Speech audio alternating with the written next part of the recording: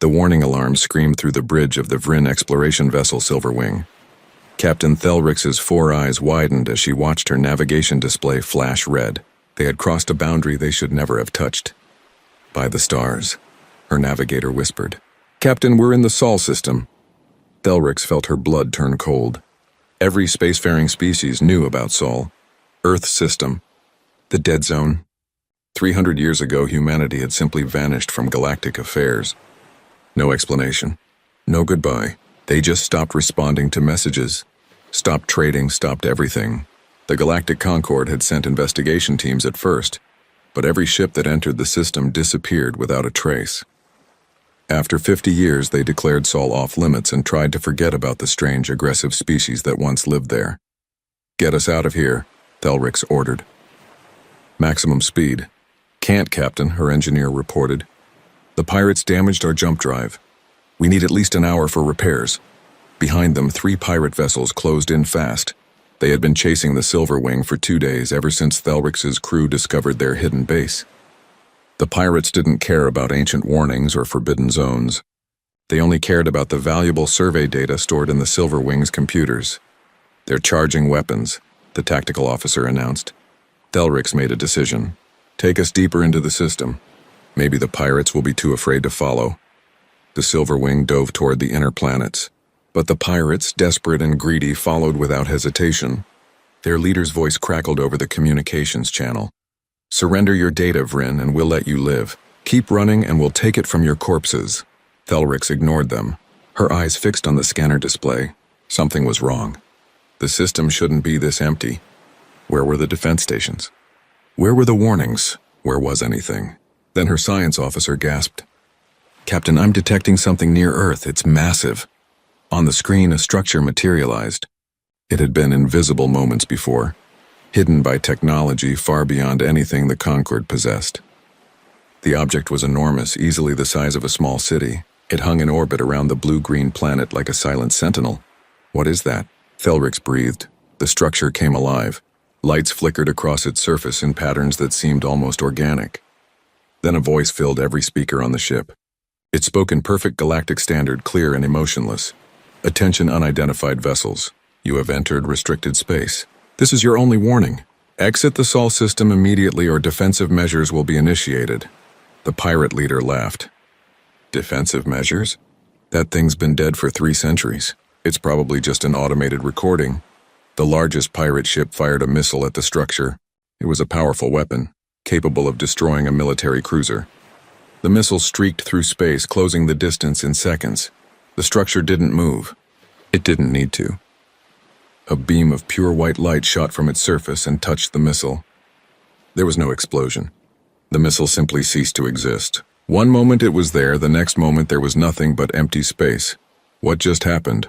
The pirate leader's voice had lost its confidence. "Analysis complete," Thelrix's science officer reported, her voice shaking. "That weapon converted the missile's matter directly into energy. The technology required to do that shouldn't exist." The structure spoke again. "Second warning. Hostile action detected. You have 60 seconds to begin your exit trajectory." The pirates fired again, all 3 ships unleashing their full arsenal. Missiles, plasma bolts, and kinetic rounds filled the space between them and the structure. The white beams lanced out again, each one perfectly precise. Every single weapon vanished before reaching its target. 45 seconds, the structure announced. "Run," the pirate leader screamed. His ships tried to turn away, but they had come too close. 30 seconds. Thelrix watched in horror as more structures appeared throughout the system. They had been there all along, invisible and waiting. Dozens of them, maybe hundreds. 15 seconds. Final warning. The pirate ships desperately tried to engage their jump drives. One of them succeeded, vanishing in a flash of light. The other 2 weren't fast enough. Warning period expired. Eliminating hostile vessels. The white beams touched the 2 remaining pirate ships.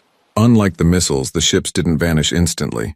Instead, they began to glow, brighter and brighter until they shone like small stars. Then they were gone, converted to pure energy, leaving nothing behind. The structure turned its attention to the Silverwing. Thelrix felt every member of her crew hold their breath. "Vryn, vessel Silverwing. Analysis indicates you did not initiate hostile action. You have 10 minutes to exit the system." If you require assistance with repairs, it will be provided. If you refuse to leave, you will be destroyed. Respond. Thelrix's hands trembled as she activated the communication system. This is Captain Thelrix. We didn't mean to enter your space. Our jump drive was damaged. We accept your offer of assistance. Understood. Repair drones dispatched. Do not deviate from your current position. Small machines emerged from the massive structure, moving with impossible speed toward the Silver Wing. They attached to the damaged sections of the ship and began working with efficiency that made Thelrix's engineer weep with envy. Captain, her science officer said quietly, I'm scanning the third planet, Earth. It's not dead. I'm reading dense forests, clean oceans, and massive animal populations. It's a paradise down there. But no cities?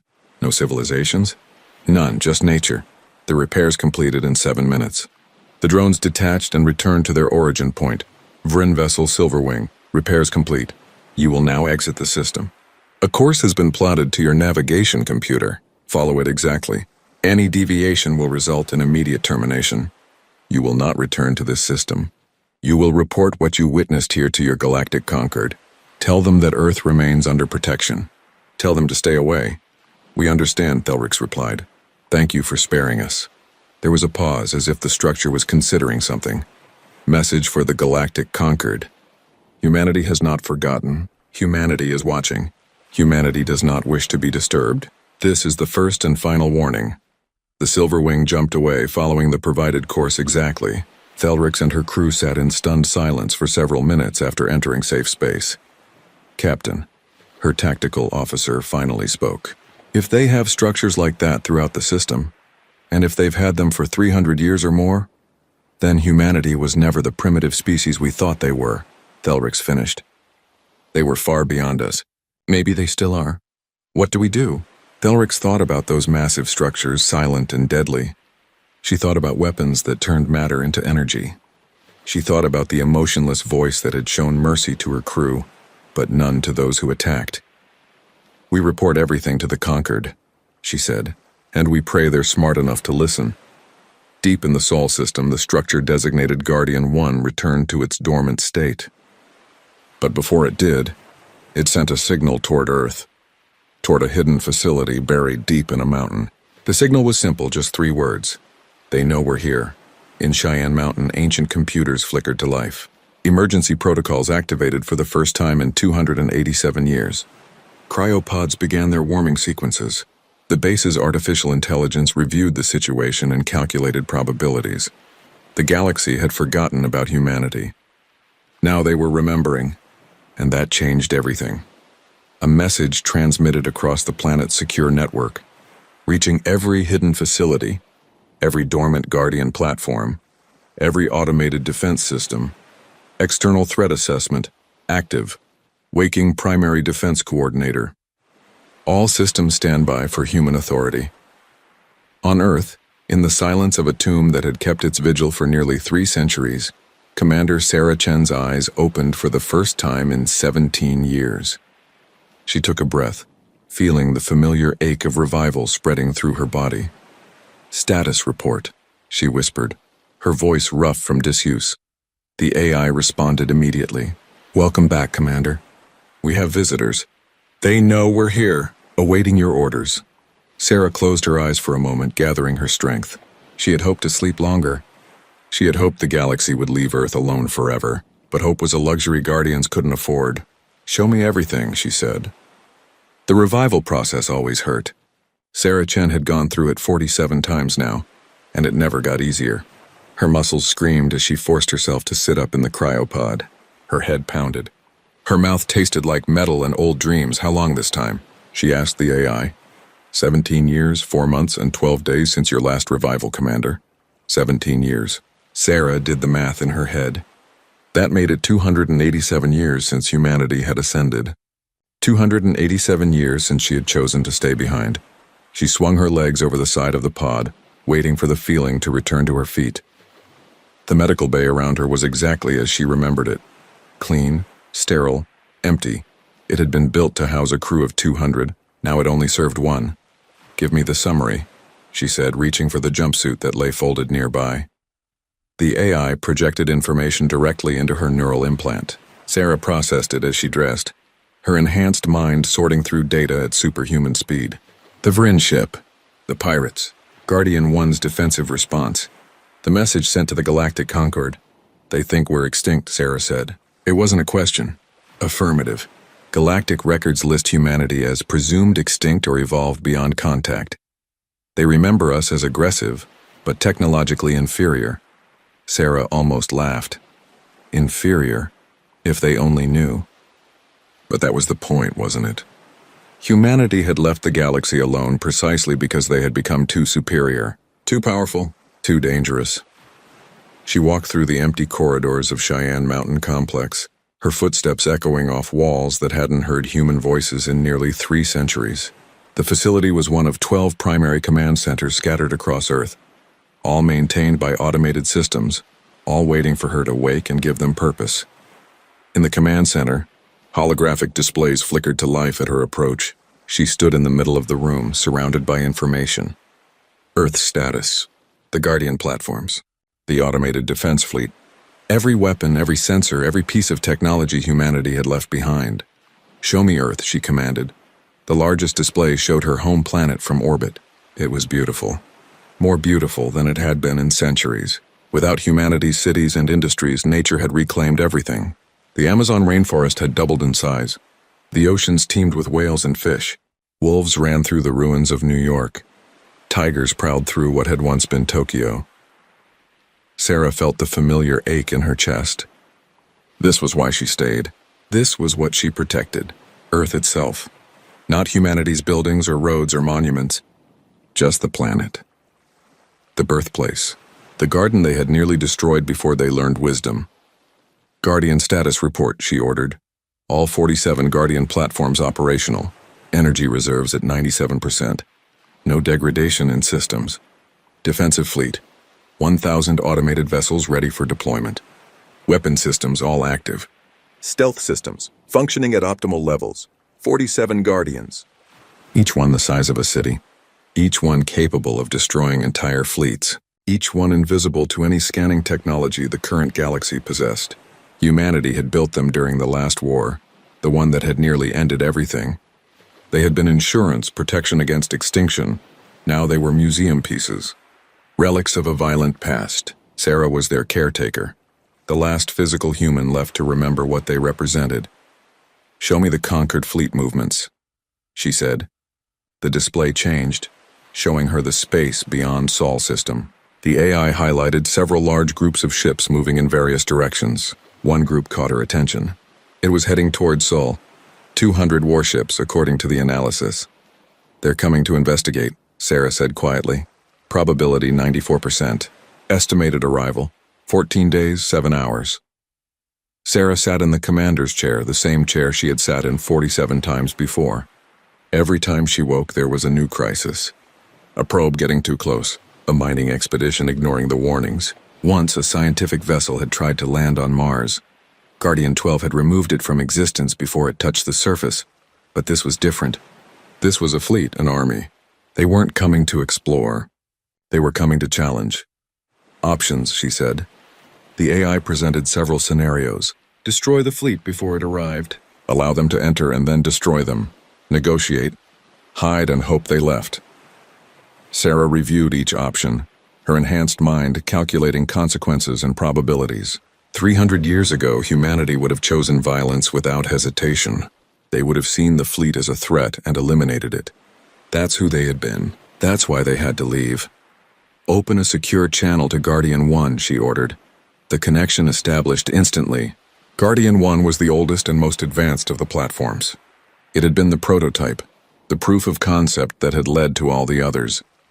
It was also the closest thing Sarah had to a companion, though it was just an AI, not truly conscious. Commander Chen. Guardian 1's voice was calm and neutral. How may I assist? The fleet coming toward us. What do you assess as their primary motivation? Analysis indicates a combination of factors. Fear 68%. Curiosity 24%. Territorial concerns 8%. They're afraid of us, Sarah said. Correct. The demonstration of our defensive capabilities contradicted their understanding of human technology. They cannot reconcile their historical records with observed performance. This creates anxiety in their leadership. Sarah understood. The galaxy thought humanity was primitive. Now they had evidence that humanity possessed technology, centuries ahead of anything they had. From their perspective, it looked like humanity had been hiding their true capabilities all along. They would assume deception, conspiracy, threat. If we destroy that fleet, what happens? She asked. Short term, the immediate threat is eliminated. Medium term, the Galactic Concord declares Earth a hostile entity. Long term, probability of sustained warfare increases to 91%. And if we let them approach? Show them mercy? Unknown. Human mercy is not a value the current galactic civilizations associate with strength. They may interpret it as weakness or hesitation. Sarah closed her eyes. This was the impossible balance she had to maintain. Be strong enough to protect Earth. Be merciful enough to honor humanity's new path. Be wise enough to know the difference. I need to see the Ascended, she said quietly. The AI paused. Commander, you know they cannot answer. They exist beyond physical space. They cannot interfere. I know. But I can still ask. Sarah walked to a special chamber deep in the mountain. It was small and dark, with a single chair facing a communication device that had never received a response. She sat down and activated it anyway, sending her message out into dimensions she couldn't perceive, to the beings that humanity had become. This is Commander Sarah Chen, caretaker of Earth. Request guidance on the following situation. She explained everything. The Vrin ship, the approaching fleet, the impossible choices she faced. I've protected Earth for 287 years. I've woken 47 times. I've never let anyone threaten this planet, but I don't want to start a war. I don't want to kill thousands of beings just for being afraid. Tell me what to do. She waited in the silence. She always waited, even though she knew no answer would come. The Ascended had left physical space behind. They couldn't return. They couldn't speak. They could only exist in whatever higher state they had achieved. But Sarah asked anyway, because she was alone. Because the weight of protecting an entire planet pressed down on her every waking moment. Because sometimes even guardians needed to believe someone was listening. After an hour, she stood and returned to the command center. No answer had come. No answer ever came. AI, begin preparations for contact with the conquered fleet. I want full defensive positions but no aggressive posturing. Open a communication channel as soon as they enter the system. Acknowledged. What message will you transmit? Sarah thought about that. What do you say to people who fear you? How do you explain that you're not their enemy without sounding weak? How do you honor the memory of what humanity had been while showing what they had become? I'll tell them the truth, she finally said. That Earth is protected. That I'm its guardian. That I don't want to fight them. But I will if they force my hand. And if they don't believe you? Sarah looked at the displays showing her beautiful living planet. She thought about the forests and oceans. She thought about the animals that ran free. She thought about her duty. Then I'll show them what happens when you threaten something a human has sworn to protect. I'll show them why humanity left the galaxy. And I'll pray they're smart enough to learn from it. The AI processed this, preparing all systems. 14 days until contact. 14 days, Sarah repeated. She had that long to prepare. 14 days to get ready for the moment when the galaxy would finally remember why they had been so relieved when humanity disappeared. She hoped it would be enough. Supreme Admiral Korthal of the Zenthari stood on the bridge of his flagship, the Righteous Fury, and watched the Sol system grow larger on his displays. Behind him, 199 other warships maintained perfect formation. It was the largest military fleet the Galactic Concord had assembled in 50 years. Status report, he commanded. His tactical officer, a young Zenthari named Vektar, consulted his instruments. We're approaching the system boundary, Admiral. No contacts detected. No active scans, nothing. They're hiding, Korthal growled, waiting for us to come to them. He thought about the report from Captain Thelrix. The massive structure, the weapons that converted matter to energy, the emotionless voice that had destroyed 3 pirate ships without hesitation. The Concord Council had debated for days before deciding to send this fleet. Many had argued for caution, but Korthal had convinced them otherwise. We cannot let a single system dictate terms to the entire galaxy, he had told them. If these structures are truly as powerful as claimed, then we must assess the threat. If they are not, then we must reclaim Sol for the conquered. Either way, we cannot show fear. The Zenthari were warriors. They had led the conquered military for 2 centuries, ever since the Vrel-Kinneth Wars. Korthal himself had commanded fleets in 6 major conflicts.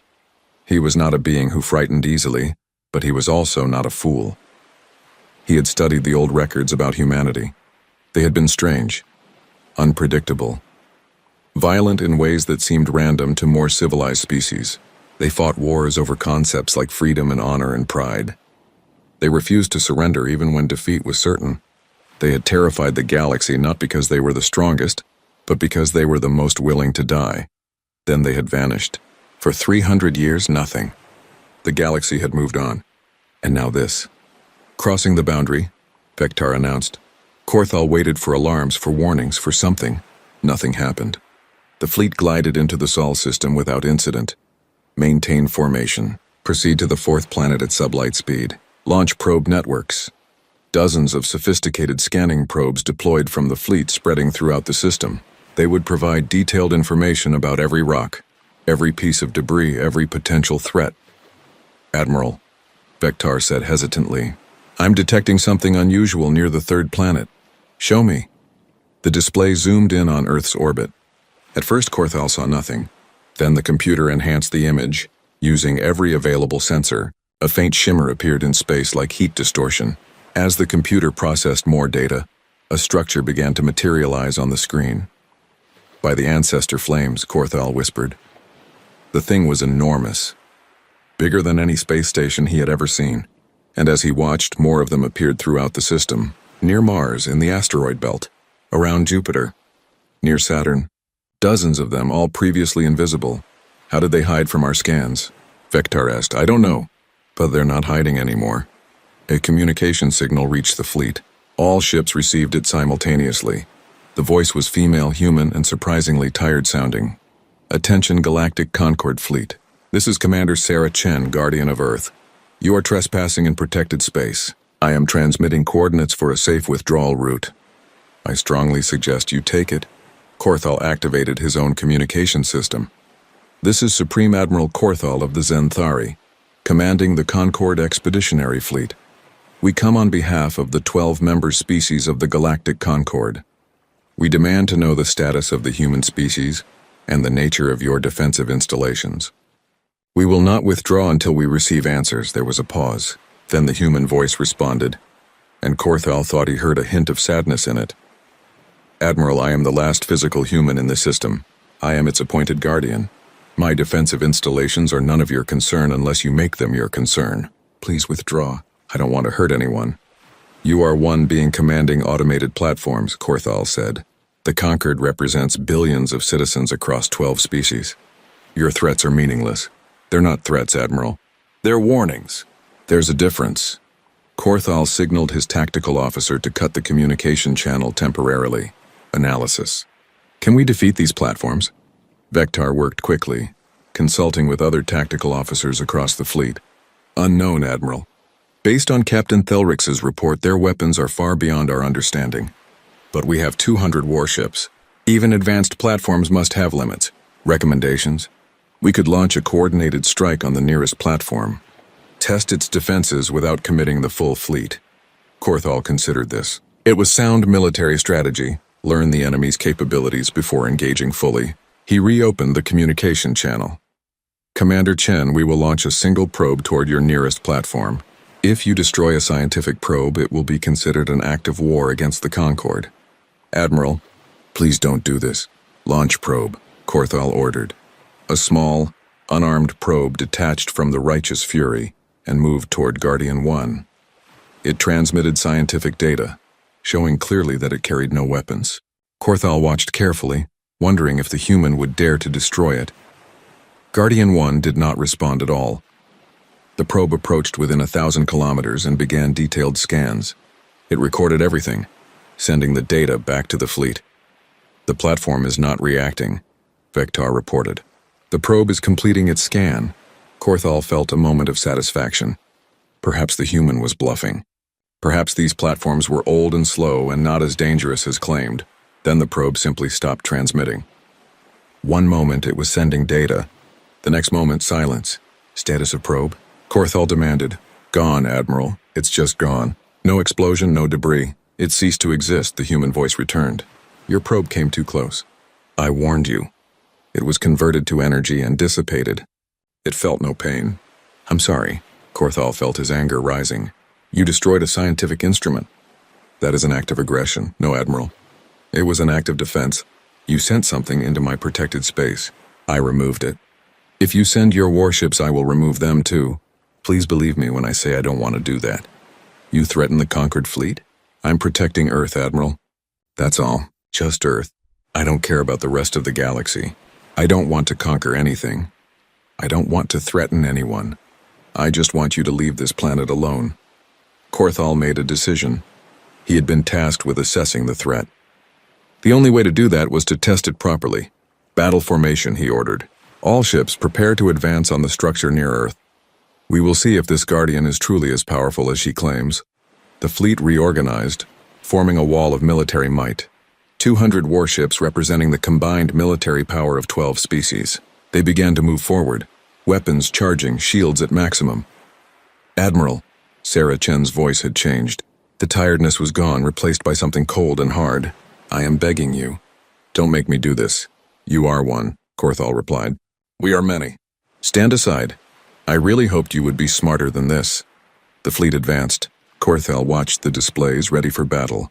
He expected the platforms to fire, expected a massive space battle, expected to see the true measure of human technology. What happened next shocked him to his core. More platforms appeared. Not dozens, hundreds. They had been hiding throughout the entire system, invisible to every scan, waiting.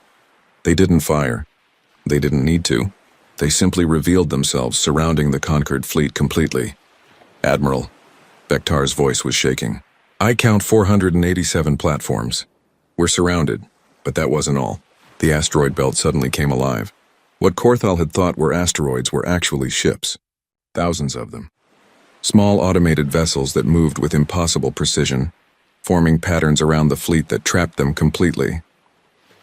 1,000 automated defense ships, Sarah Chen said quietly.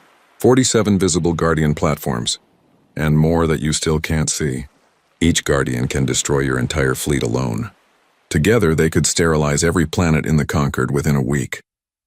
Do you understand now, Admiral? I'm not threatening you. I'm showing you why you should leave. Korthal stared at the displays. His tactical officers were silent, overwhelmed by the sheer scale of what they were seeing.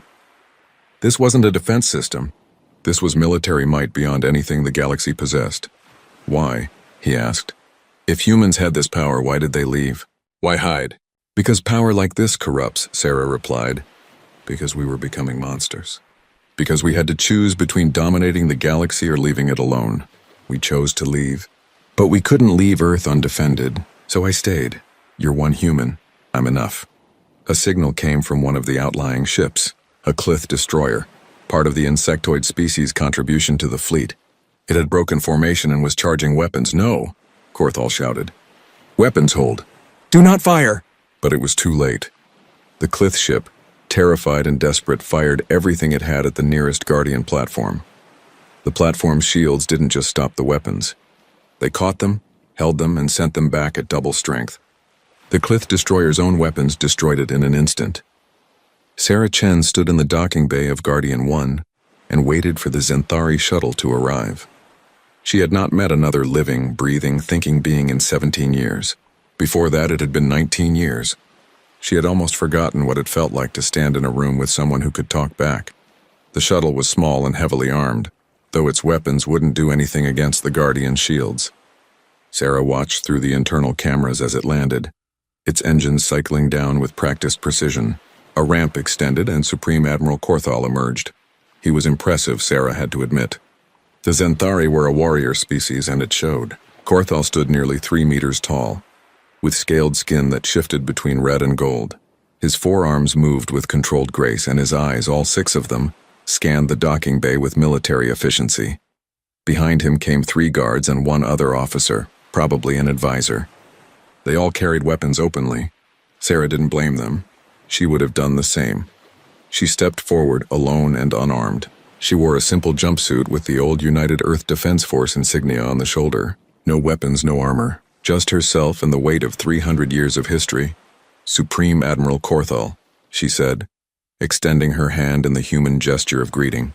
"Welcome to Guardian 1. Corthal looked at her hand for a moment, then carefully reached out with one of his forehands and grasped it. His hand was huge, his grip strong but careful. He was being cautious not to hurt her. "Commander Chen," he replied. His voice was deep and carried the growl natural to his species. "Thank you for agreeing to meet." "Thank you for requesting it instead of starting a war," Sarah said. She released his hand and gestured toward a corridor. "Please follow me. I've prepared a meeting room. Your guards are welcome to accompany you, though I promise they're unnecessary." They walked through the Guardian's corridors. Corthal and his people looked around with obvious interest and carefully hidden fear. The Guardian was built on a scale that dwarfed anything the current galaxy used. The corridors were wide enough for 10 humans to walk side by side. The ceiling was 20 meters high. Everything was built with a grandeur that spoke of resources and technology used without concern for cost. "This station is enormous," Corthal observed. "It must have taken decades to build." 18 months, Sarah replied. "When humanity built the Guardians, we were motivated. We had nearly destroyed Earth in the last war. We built these to make sure it could never happen again." "The last war?" "Against ourselves. Human against human. The war that taught us we needed to change or die." She led them into a meeting room that seemed more like a museum. The walls were covered with screens showing images of Earth through history. Ancient forests, early human civilizations, industrial cities, nuclear explosions, ruined battlefields, and finally Earth as it was now, green and alive and free. In the center of the room was a simple table with chairs sized for both humans and larger species. Sarah had replicated them using the Guardian's fabrication systems, adjusting the designs based on scans of the Zenthari shuttle. "Please sit," she offered. "Can I provide refreshments? The fabricators can create food and drink for most species." Corthal sat, his guards positioning themselves by the door. "No, thank you. I prefer to keep this brief. I have questions, Commander Chen. I'll answer what I can. Where are the humans? The real answer, not the cryptic warnings your AI gave us." Sarah sat across from him. She had prepared for this question. She had prepared for all the questions. But preparation didn't make the answers easier to give. "They ascended," she said simply. 302 years ago, humanity achieved a level of technological and philosophical advancement that allowed them to transcend physical existence.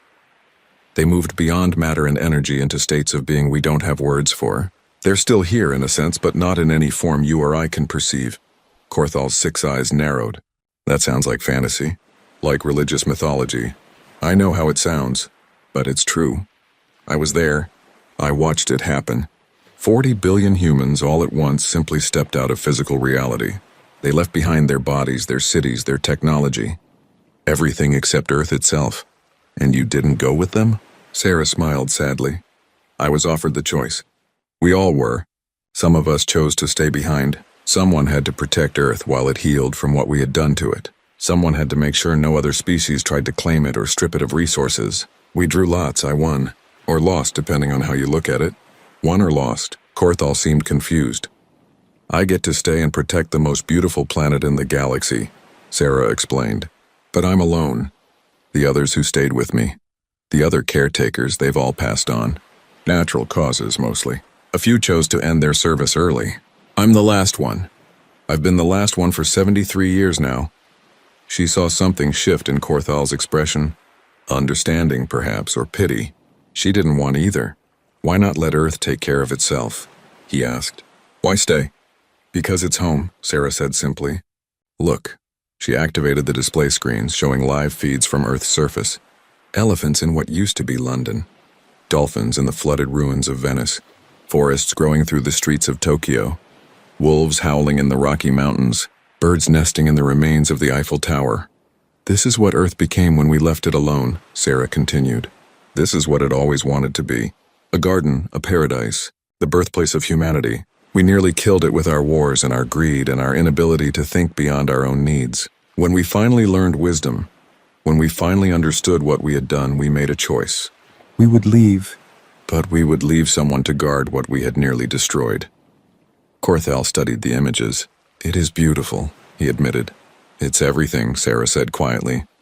It's the reason I wake up every 17 years or so, check the systems, handle whatever problems have arisen, and go back to sleep. It's the reason I've lived for 334 years. It's the reason I'll keep living until either the Guardians fail or humanity returns or I finally make a mistake and die.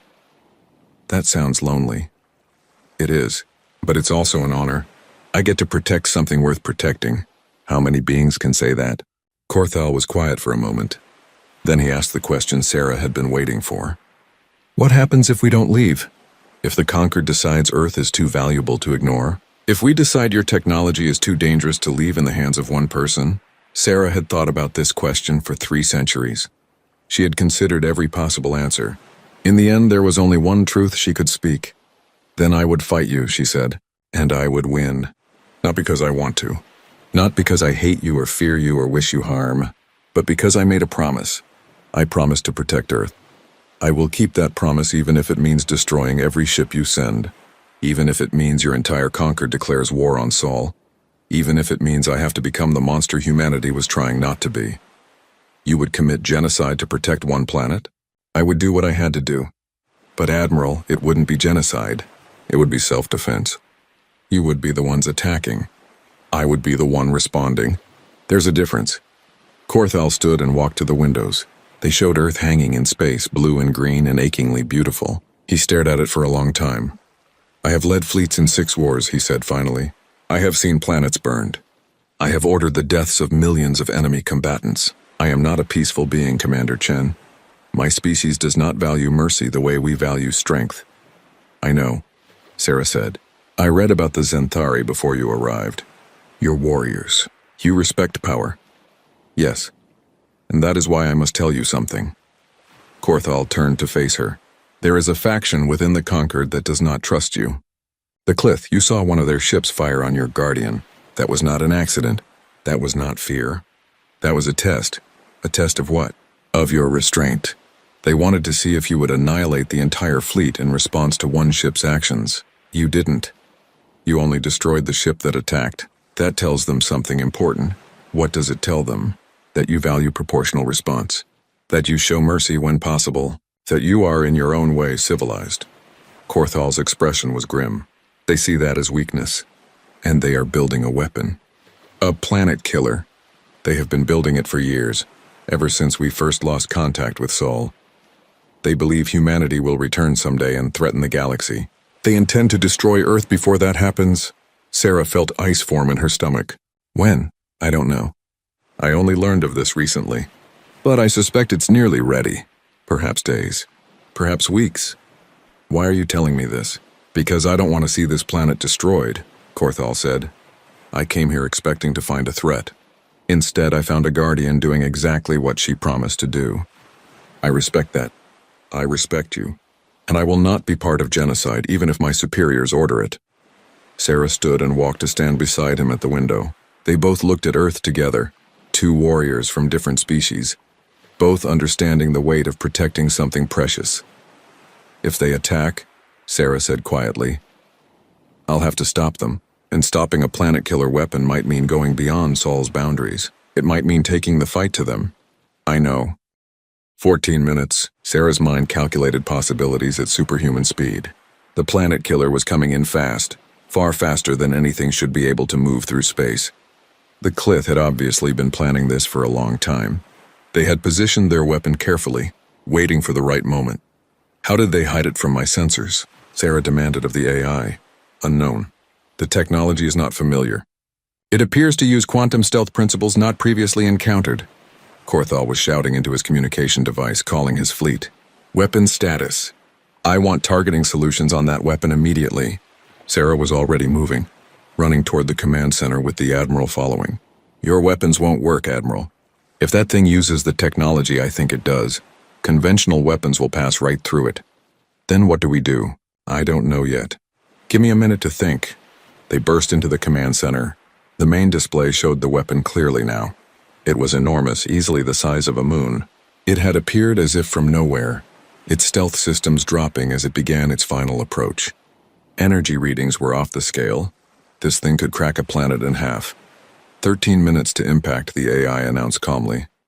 Sarah pulled up tactical displays, her enhanced mind processing dozens of scenarios simultaneously. She could use the Guardians to intercept, but if the weapon was using quantum stealth, it might just phase through their shields. She could use the automated fleet, but thousands of small ships wouldn't stop something that massive. She could try to evacuate, but where would she go? Earth was her home, her responsibility, her promise. There has to be a way, she muttered. Korthal was coordinating with his fleet. They were moving to intercept, but Sarah could see it was futile. They would be too slow, too weak, too late. 12 minutes, the AI said. Sarah closed her eyes. Think. What would humanity do? What would the Ascended do if they could still act? They were beings of pure thought now, of pure understanding. They had moved beyond violence. But they had left behind their weapons for a reason. They had left her behind for a reason. Show me Earth's old military archives, she ordered. Specifically Project Indomitable, Commander. The AI sounded uncertain. That project was classified. It was deemed too dangerous even during the last war. Show me! The files appeared on her screen. Sarah read quickly, her heart pounding. Project Indomitable.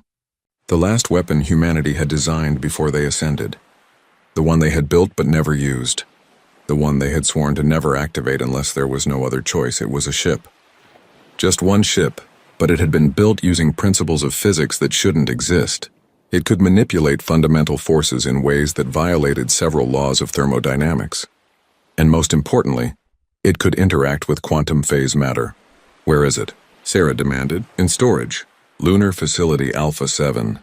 But Commander, the ship requires a crew of 50, and the power requirements are immense. We would need to drain every Guardian platform in the system to charge its systems. 11 minutes, the AI announced. How long to activate it? Sarah asked.